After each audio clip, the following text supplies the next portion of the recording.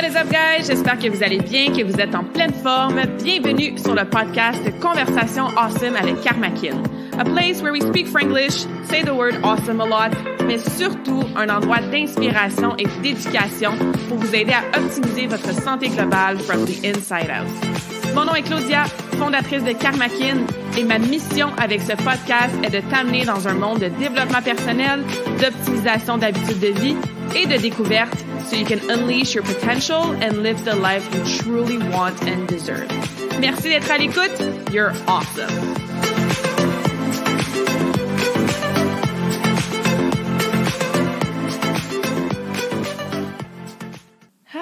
Le temps, ça passe vite, hein? On est déjà rendu au mois de décembre 2021, which is pretty crazy. Évidemment, sauf si tu écoutes cet épisode-là plus tard, donc en 2022. Mais si tu l'écoutes à sa date de sortie, on est déjà rendu au mois de décembre 2021. Et je trouvais ça super pertinent de se faire une petite conversation pour s'aider à approcher le temps des fêtes avec un petit peu moins de stress, puis un petit peu plus d'équilibre. Donc, welcome back to the show, ou bienvenue si c'est ta première fois. Merci d'être à l'écoute à chaque semaine. Et comme je disais, bienvenue si c'est ta première fois. Aujourd'hui, j'ai une petite conversation solo à vous présenter. Donc, you're gonna have just me for a few minutes, plus qu'un few minutes, parce que si vous me connaissez, vous savez que quand je pars dans un sujet, j'aime ça en jaser, en fond et en large et en profondeur pour vraiment vous aider, vous donner des mindset shifts, vous faire changer un petit peu de perspective, de vous planter des petites graines pour avoir des réflexions pertinentes, d'avoir des prises de conscience et aussi, évidemment, de vous donner des trucs pratico-pratiques pour le sujet de chaque conversation awesome. Donc, aujourd'hui, je vais vous donner des trucs pour approcher, comme je disais, la période des fêtes, de holidays. Vous êtes peut-être déjà dedans. Il y a peut-être déjà des soupers de Noël qui se font aller. Il y a peut-être des lunchs de Noël au travail qui s'organisent. Il y a peut-être déjà des réflexions, puis de la planification, puis de l'organisation qui se fait autour de, le brunch de Noël, le réveillon, le party du Nouvel An. Et je sais, par expérience personnelle et avec les centaines et centaines de clientes avec qui j'ai travaillé dans le passé, que ça peut être un temps de l'année qui peut devenir rapidement stressant, overwhelmant, fatigant, éprouvant, puis parfois un temps des fêtes qu'on approche puis qu'on redoute un petit peu. C'est sûr que je peux pas aller dans ta famille puis organiser tes soupers de Noël si tu trouves que t'en as trop. Et je peux pas non plus acheter les cadeaux de Noël pour toi, sauf que ce que je peux faire et ce que je peux essayer de t'éduquer aujourd'hui ou de t'inspirer à faire, c'est de te donner des trucs justement pour pas que tu sois dans une mentalité du tout ou rien et que tu sois déjà découragé avec ce qui s'en vient par rapport à ta santé. Parce que ça aussi, je l'entends souvent. Hein? What I usually hear, c'est que les gens tombent dans un mode all or nothing pendant le temps des fêtes. Hein? Je recommencerai quand les soupers de Noël vont être finis. Les résolutions du 1er janvier, je me remettrai en forme ou je recommencerai à faire attention à ce que je mange après le Nouvel An là, avec mes résolutions.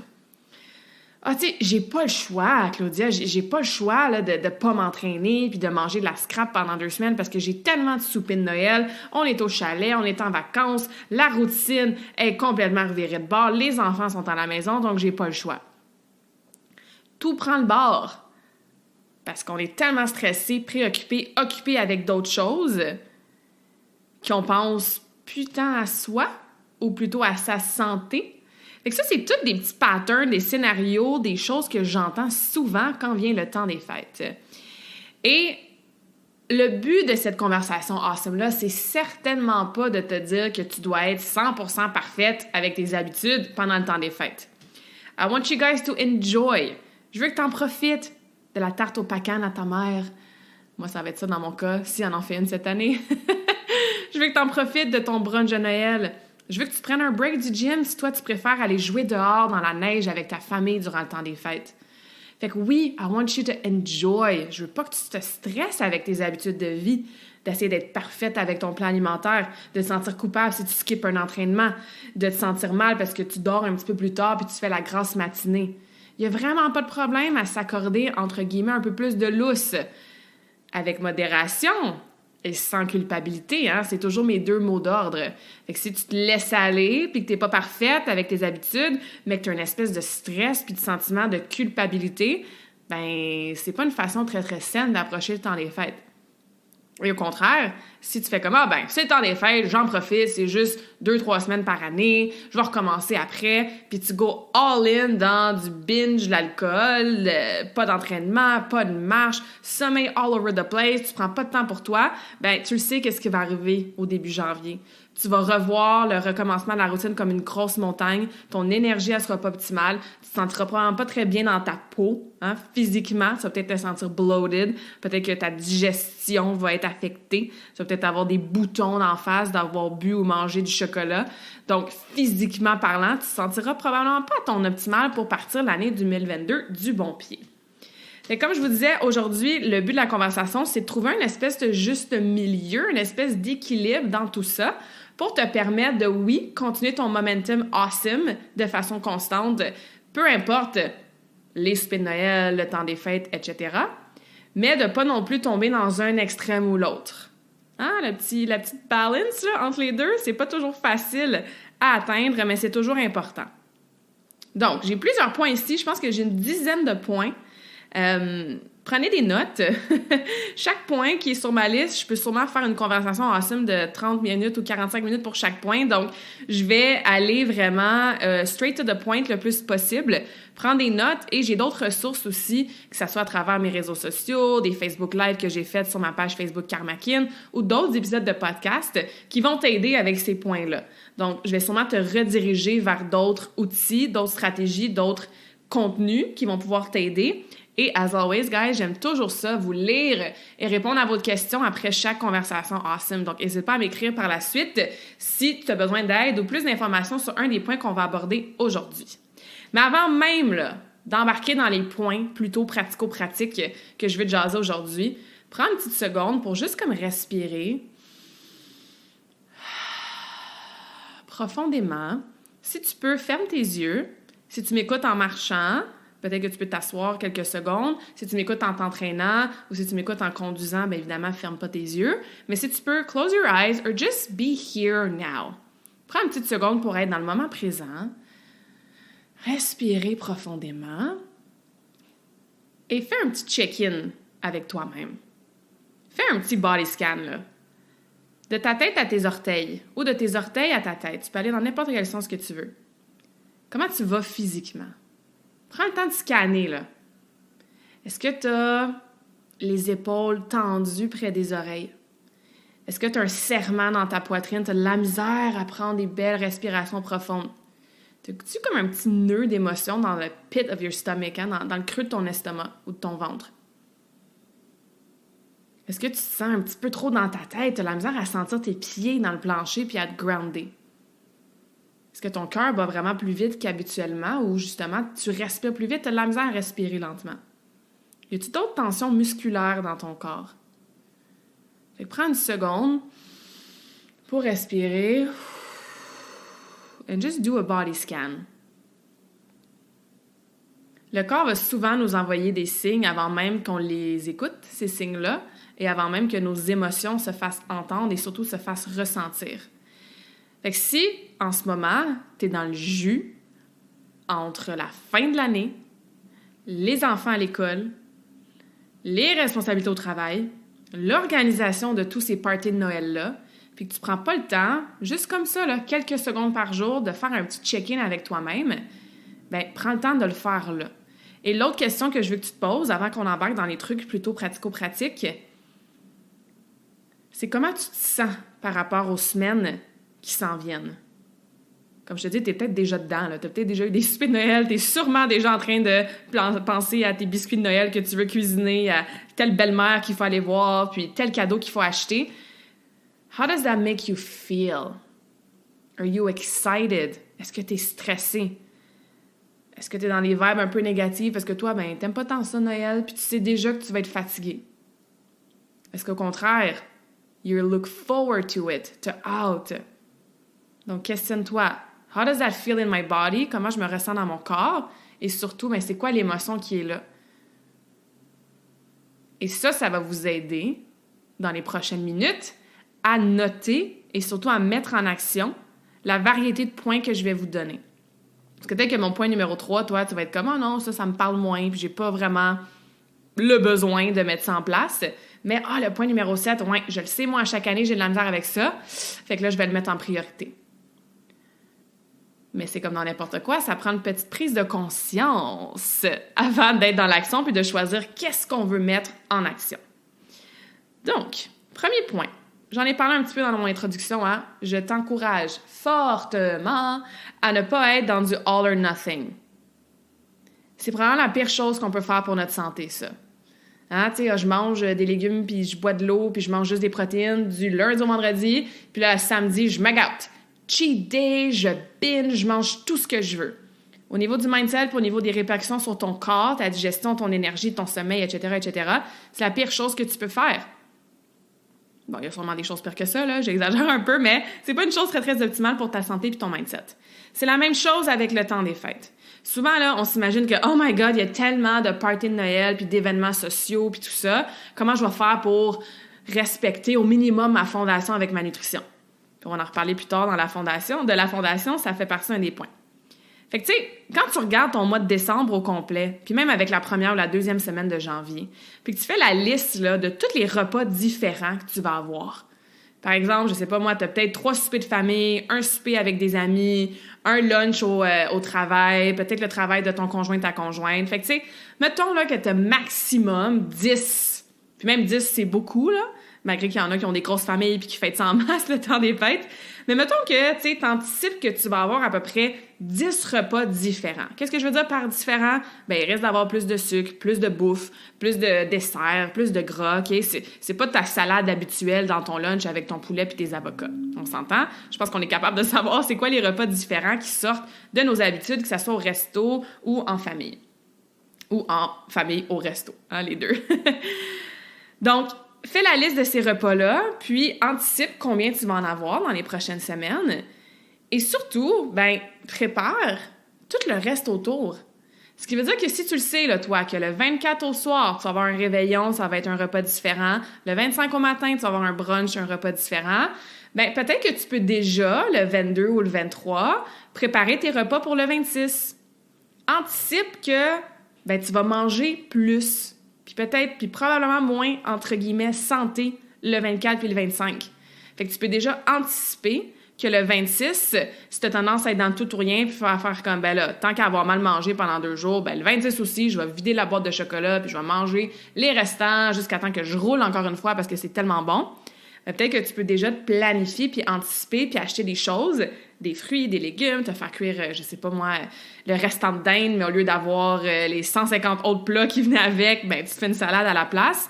Fait qu'anticipe tout ce qui est autour, les autres collations, les autres repas, les autres boissons aussi que tu vas boire. Je veux dire, si tu sais que toi, tu bois pas beaucoup d'alcool, mais t'en bois plus qu'habituellement durant le temps des fêtes, prends ton eau. Assure-toi que t'as assez d'eau, t'as ta bouteille d'eau qui est remplie, qui va te garder compagnie là, à l'extérieur plutôt de ces repas différents-là.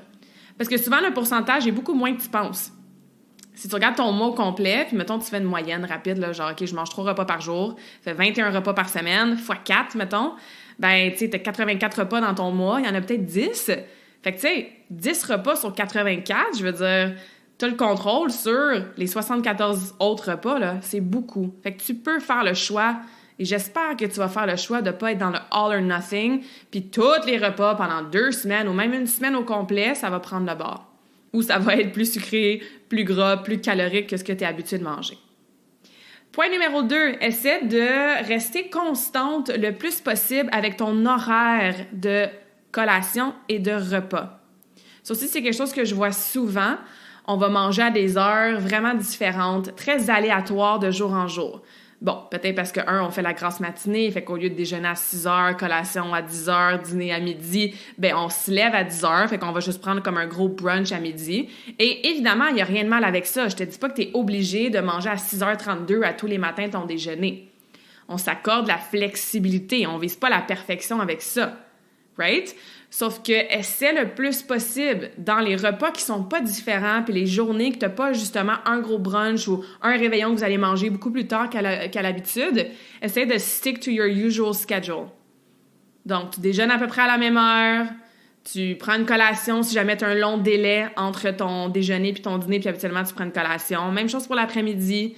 Tu skippes pas ton lunch parce que tu sais que tu vas plus manger le soir. Tu peux manger un petit peu moins pour l'heure du lunch, mais you don't want to starve either. Puis après ça, tu vas arriver au souper puis tu vas vraiment abuser des bonnes choses puis peut-être trop manger. Donc, essaie de garder la même genre d'horaire et de fréquence de repas que tu fais habituellement. Parce que c'est facile de grignoter toute la journée quand on est à la maison pendant des vacances. C'est facile, comme je disais, de manger un méga gros repas, puis après ça, de pas remanger de la journée. Évidemment, si t'as pas faim, t'as pas faim. On se force pas à manger quand on n'a pas faim, là. Mais, obviously, le plus constante que tu es, mais le plus de constance tu vas avoir dans tes habitudes de nutrition, puis ça va t'aider.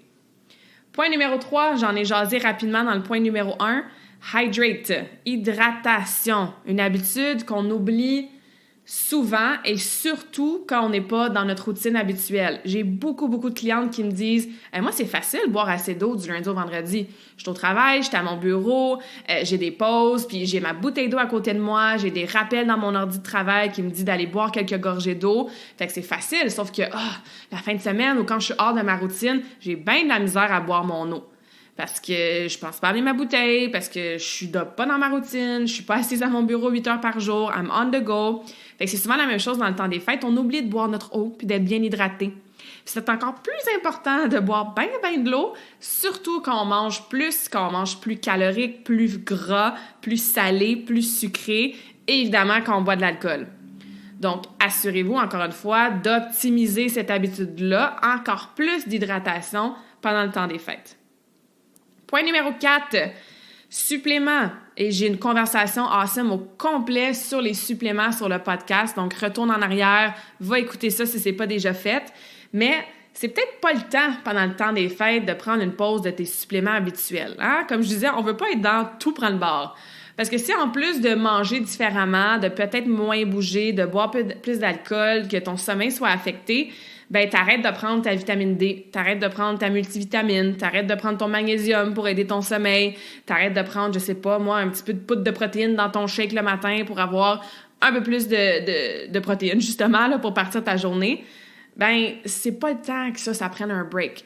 Ça veut pas dire que tu t'achètes 1 million de suppléments de plus pour contrer un peu les effets de la nourriture différente ou des habitudes différentes dans le temps des fêtes. Fait que t'es pas obligé d'aller acheter là, toutes sortes de suppléments si t'en as jamais pris de ta vie, mais c'est pas le temps de les arrêter puis de prendre un break. Au contraire, ils vont te soutenir et ça va pas, une capsule de magnésium va pas défaire la 3e bouteille de vin que t'as bu, là. C'est pas ça que je suis en train de dire, mais ça peut quand même aider à soutenir un minimum.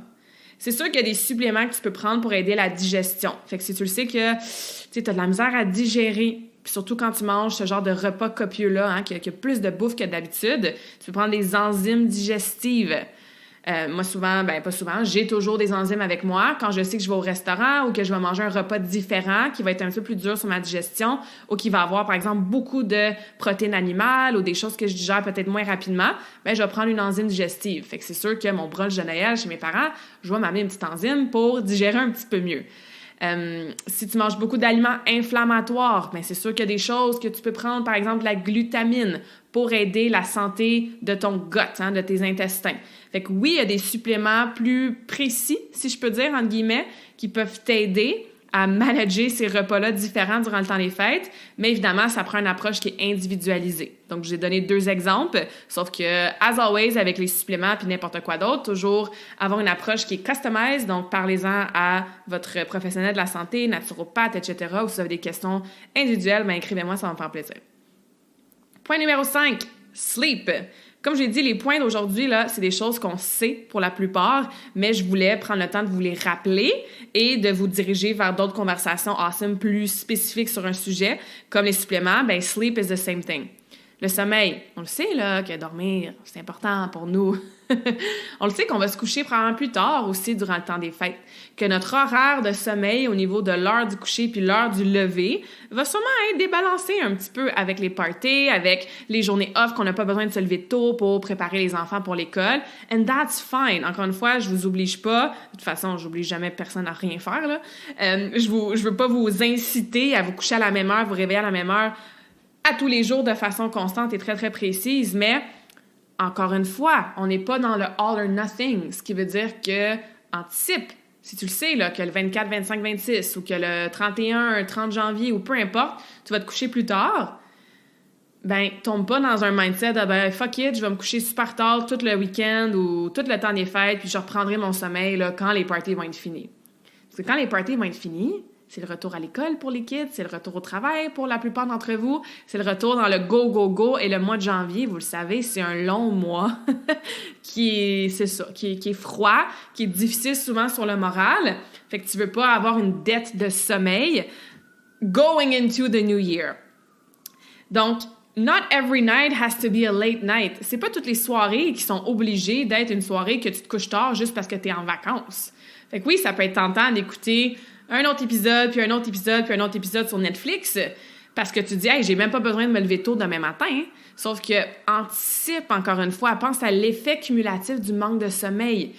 Sache que tu vas avoir des soirées que oui, tu vas te coucher plus tard. Fait que ceux que t'as pas vraiment d'événements ou de party, ben couche-toi tôt. Reprends tes réserves d'énergie, ou plutôt refais tes réserves d'énergie et va voir, ou plutôt va écouter mon épisode de podcast sur le sujet. Je pense qu'il était au début juillet, donc vous allez devoir retourner un petit peu plus loin dans le podcast. Je vous donne plein de trucs pour optimiser votre sommeil là, dès le soir même, en passant par une routine du soir qui est optimale aussi. Point numéro 6, je continue avec le même speech, guys. Move your body. On n'est pas dans le all or nothing. Même si tu ne vas pas au gym, que ton gym est fermé le jour de Noël, même si ça ne te tente pas d'aller au gym, ou qu'habituellement tu t'entraînes au travail, puis que là, ben, tu n'es pas au travail, tu es en vacances. Même si tu ne fais pas spécifiquement ton petit workout spécifique dans ta musculation, dans ton sous-sol, même si les bootcamps Karmakin prennent un break pendant la semaine des holidays, puis que tu n'as pas tes bootcamps à chaque semaine, tu n'es pas obligé de faire exactement la même chose, but move your body pour tous les bénéfices évidemment que ça amène.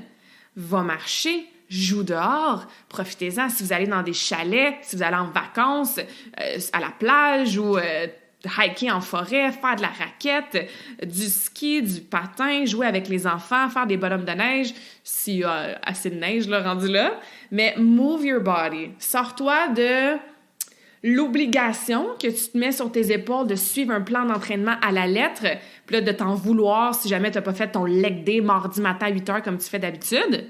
Donne-toi la flexibilité dans ton horaire et ton planning de workout, mais assure-toi de bouger quand même.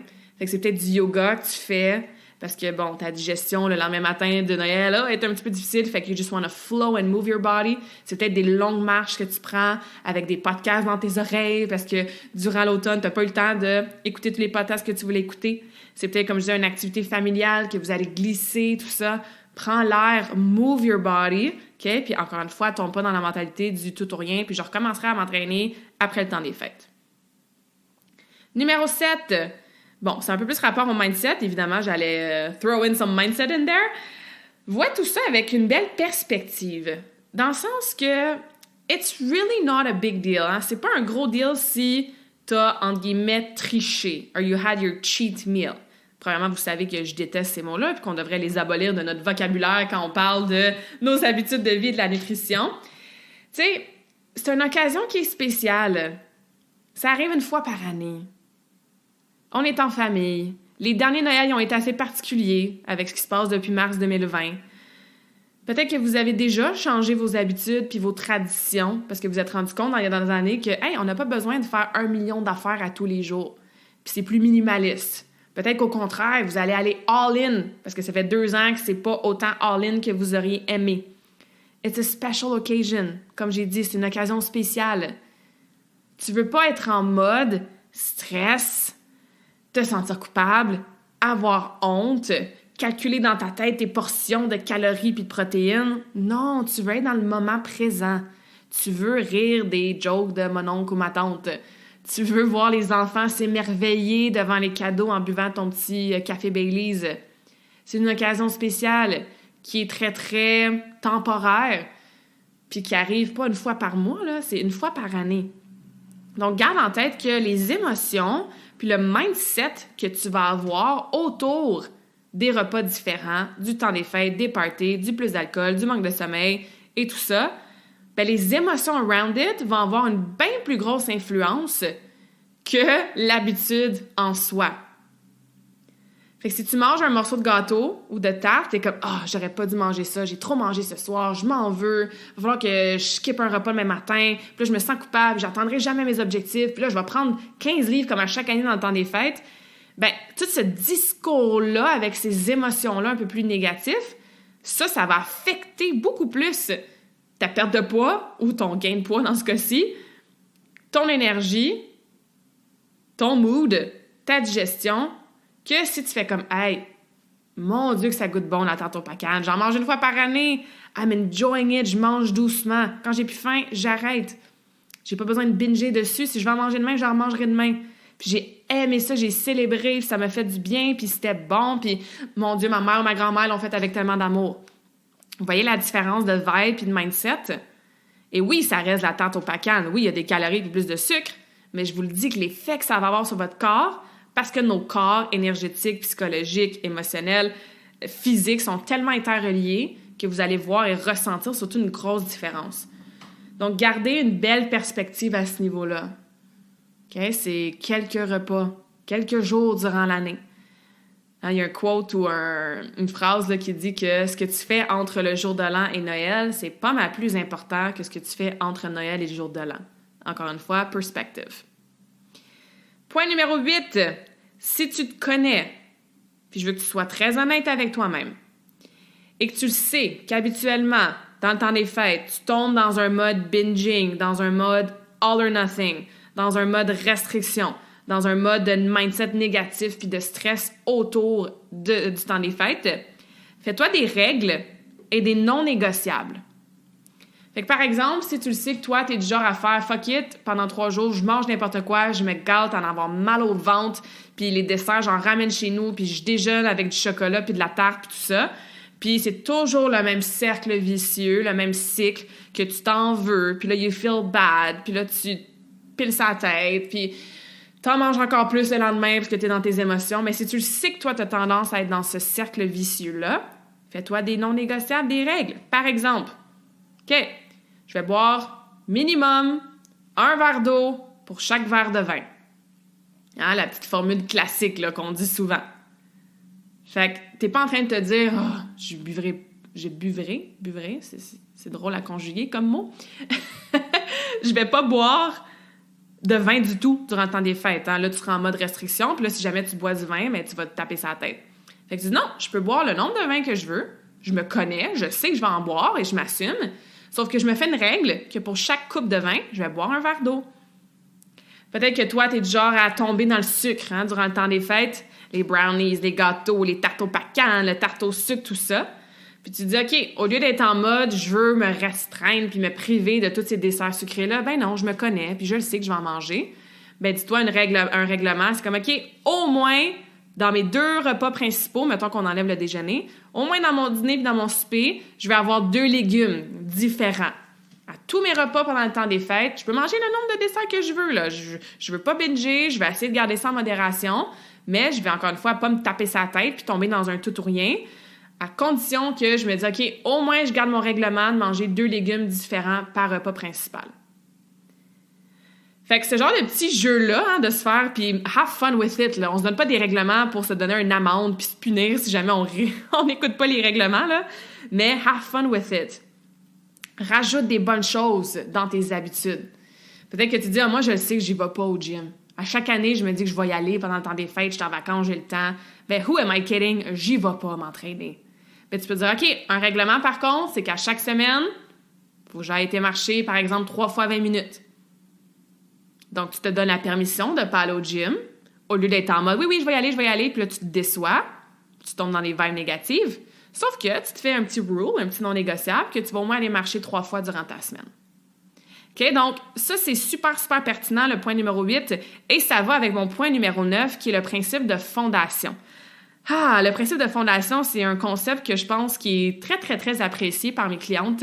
Justement, je viens de l'expliquer dans mon défi Karmakin, puis il y a déjà des gens qui l'ont mis en action dès la première semaine, parce que je trouve ça awesome, parce que moi, je peux bien vous faire des podcasts, puis des Facebook Live, puis des emails, puis des stories sur Instagram, puis tout ça, mais l'inspiration, l'éducation, les trucs que je vous donne, ben c'est à vous après d'être dans l'action. Fait que la fondation, je le vois, dès que les gens le mettent dans l'action, justement, ça fait une différence.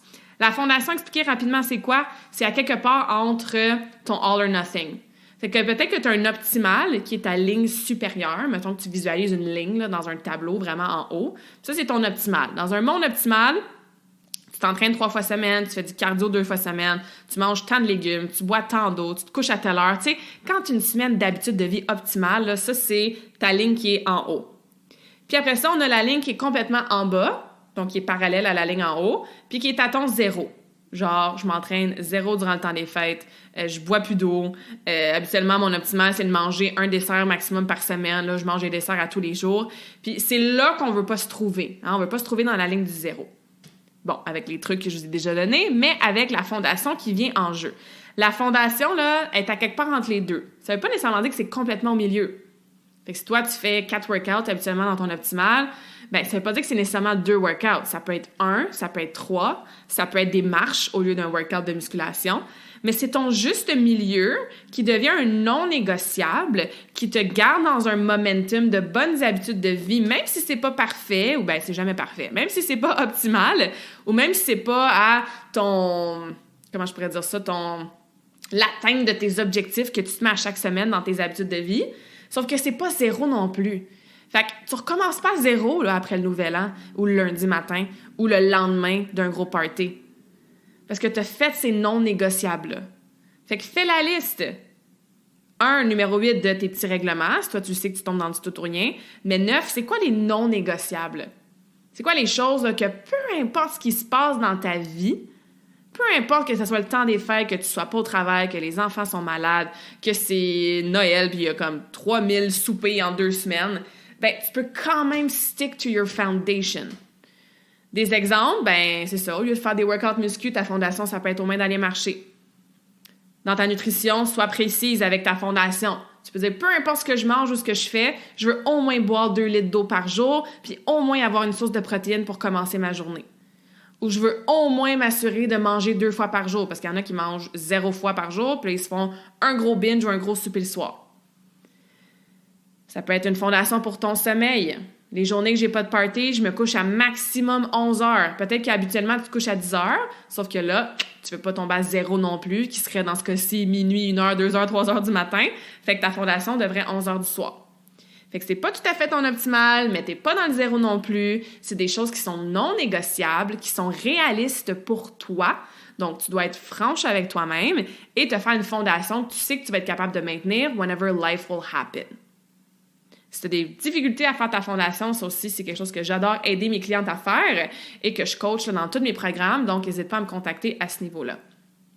Et finalement, le point numéro 10, qui rejoint un peu mon point numéro 7, qui est toute une question de perspective, c'est que c'est souvent le pilier de la nutrition qui prend un peu le bord durant le temps des fêtes, puis c'est normal.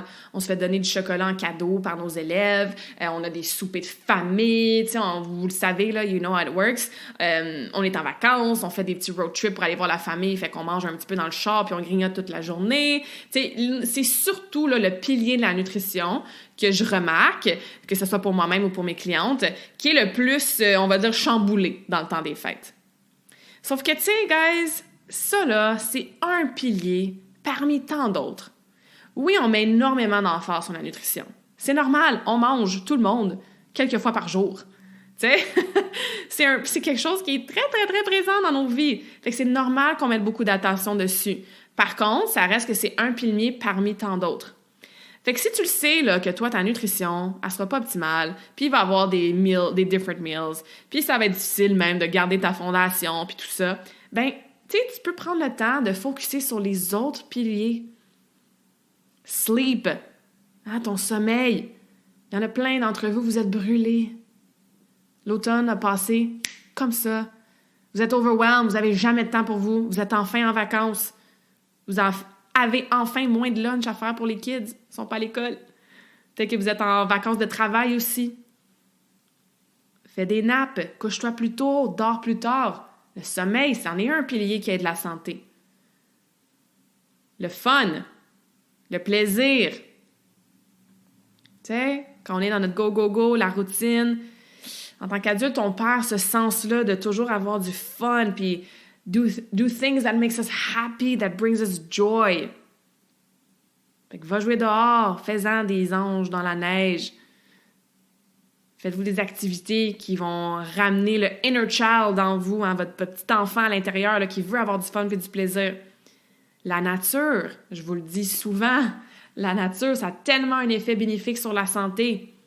Profitez-en pour mettre les pieds dans la neige, faire une bataille de boules de neige, aller marcher en forêt avec le soleil dans le visage, même si on est habillé chaudement, respirer l'air pur, voir le lac ou l'eau qui commence à geler, peu importe, but be in nature. Ça aussi, c'est bon pour la santé. Faire des choses que vous aimez faire. On a parlé de fun, de plaisir, mais des passe-temps. Tu sais, des choses qu'on remet à plus tard, puis qu'on se dit « Oh, je vais faire ça quand je vais avoir du temps. Hein? Je vais lire quand je vais avoir du temps. Je vais recommencer à peinturer quand je vais avoir du temps. Je vais tricoter quand je vais avoir du temps. Je vais cuisiner quand je vais avoir du temps. Je vais faire des petits traîneaux dans la maison quand je vais avoir du temps. » Bien, le temps, si on prend pas le temps, il est jamais là. Ou il est toujours là. Ça dépend dans quel sens on le voit. Mais ça aussi, faire des choses qu'on aime, être heureuse, ça fait partie de la santé. Le mouvement, l'activité physique, le mindset, recovery, tous les autres piliers que je vous jase souvent sur le podcast, sur lesquels je coach aussi. Fait que oui, je sais que ta nutrition va être différente. J'espère que tu ne seras pas dans du all or nothing. J'espère que tu vas anticiper les autres repas différents, que tu vas garder ton hydratation, tes suppléments, that you're going to move your body, que tu ne tomberas pas dans un mode binge pendant 2 semaines, that you're going to enjoy the holidays. Mais souviens-toi que la santé, c'est beaucoup plus que « Oh mon Dieu, j'ai trop mangé de tarte ce soir. » OK? Il faut voir ça dans une approche qui est holistique, qui est whole. Donc, à garder en tête. Parce que, tu sais, la connexion avec ta famille, avec tes amis, avec les gens que tu vas voir, c'est bien plus important d'être en présence dans la conversation que tu vas avoir que d'être en train de te dire dans ta tête « Oh mon Dieu, il y a combien de calories là-dedans? » All right?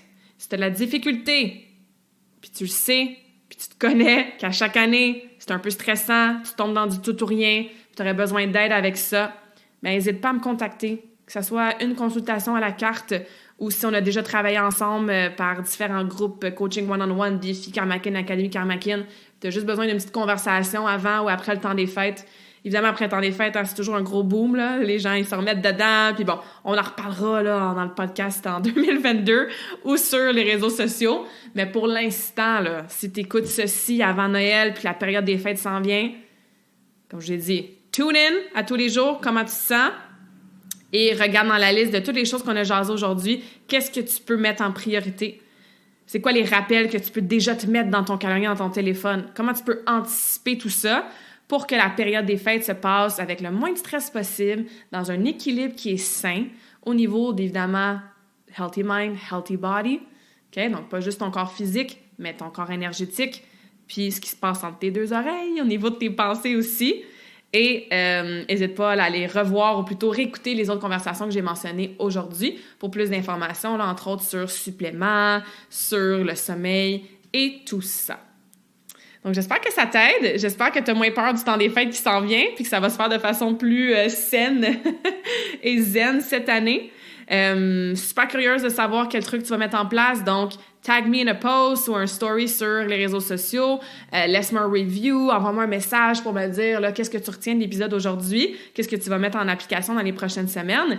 Et, as always, je vais vous laisser sur un petit quote par rapport au self-care, à prendre soin de soi. Parce que oui, je pense que la fin de l'année, c'est toujours un bon moment pour prendre soin de soi. Et ça aussi, on en reparlera. Là. Il y a différentes choses que j'aime faire pour faire le bilan de l'année puis, tu sais, set de tone pour l'année qui vient. Donc, stay tuned. On va avoir un podcast à la fin de l'année sur ça pour vous aider à faire votre bilan 2021. Mais bref, le quote sur lequel je vais vous laisser aujourd'hui, c'est « Self-care is giving the world the best of you and not what's left of you. » Moi, ça m'a beaucoup parlé quand j'ai lu ça. Parce que je pense que si ça fait un petit bout que tu me suis, tu sais que c'est quelque chose que moi-même, je travaille beaucoup dans les dernières années, de prendre soin de moi avant de vouloir sauver et prendre soin de tout le monde. Donc, self-care, hein, prendre soin de soi, c'est de donner au monde le meilleur de toi et pas ce qui reste de toi. Fait que pense à ça. Remplis ta coupe d'énergie, ton tank d'énergie à toi pour que tu puisses après ça show up in your life, dans ta famille, dans ton travail, dans la personne que tu es, dans la meilleure version et non dans ce qui reste après avoir donné à tout le monde et après ne pas avoir pris soin de toi, justement. All right? Je vous laisse là-dessus. Prenez soin de vous et j'ai très hâte d'avoir votre feedback. J'espère que cette conversation awesome t'a inspiré. Et d'ailleurs, I would love to hear back from you. Rejoins Karmakin sur les réseaux sociaux and tag me in a post pour partager ce que tu retiens de cet épisode.